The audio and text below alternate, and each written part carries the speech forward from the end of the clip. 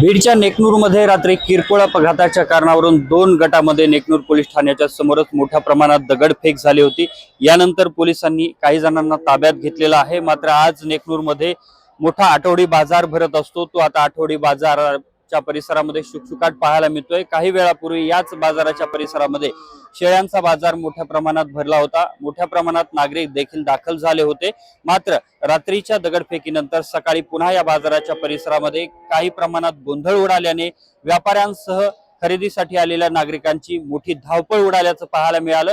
सध्या या ठिकाणचा हा जो शेळ्यांचा बाजार होता तो देखील आता कमी झाल्याचं पाहायला मिळतोय। काही वेळापूर्वी मोठ्या प्रमाणात या ठिकाणी गर्दी दिसून आली होती। मात्र काही प्रमाणात गोंधळ उडाल्याच्या नंतर आता पोलीस दाखल झालेले आहेत। पोलिसांनी या ठिकाणच्या बऱ्याच नागरिकांना हटवलेलं आहे। तर आज हा बाजार आणि संपूर्ण बाजारपेठ बंद ठेवून या ठिकाणी रात्री घडलेल्या घटनेचा निषेध व्यक्त करण्यात आलेला आहे। काही महिलांना मारहाण झालेली होती। त्या प्रकरणात पोलिसांकडून गुन्हा दाखल करण्यात आलेला आहे। मात्र महिलांना मारहाण झाल्यानंतर नेकनूरची संपूर्ण ही बाजारपेठ जी आहे ती बंद ठेवण्यात आली आहे।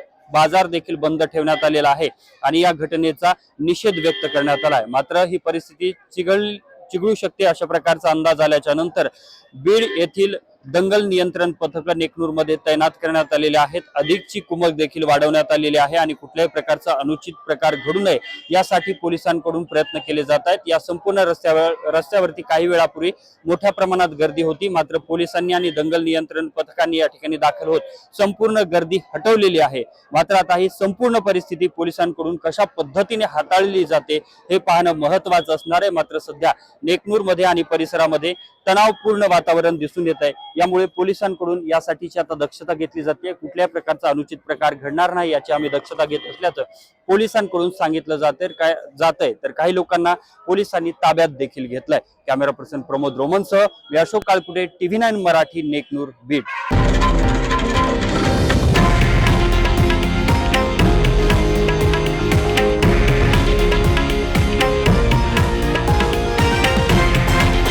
हे आहे देशातील नंबर 1 न्यूज नेटवर्क आणि आपण पाहत आहात TV9 मराठी, एकमेव।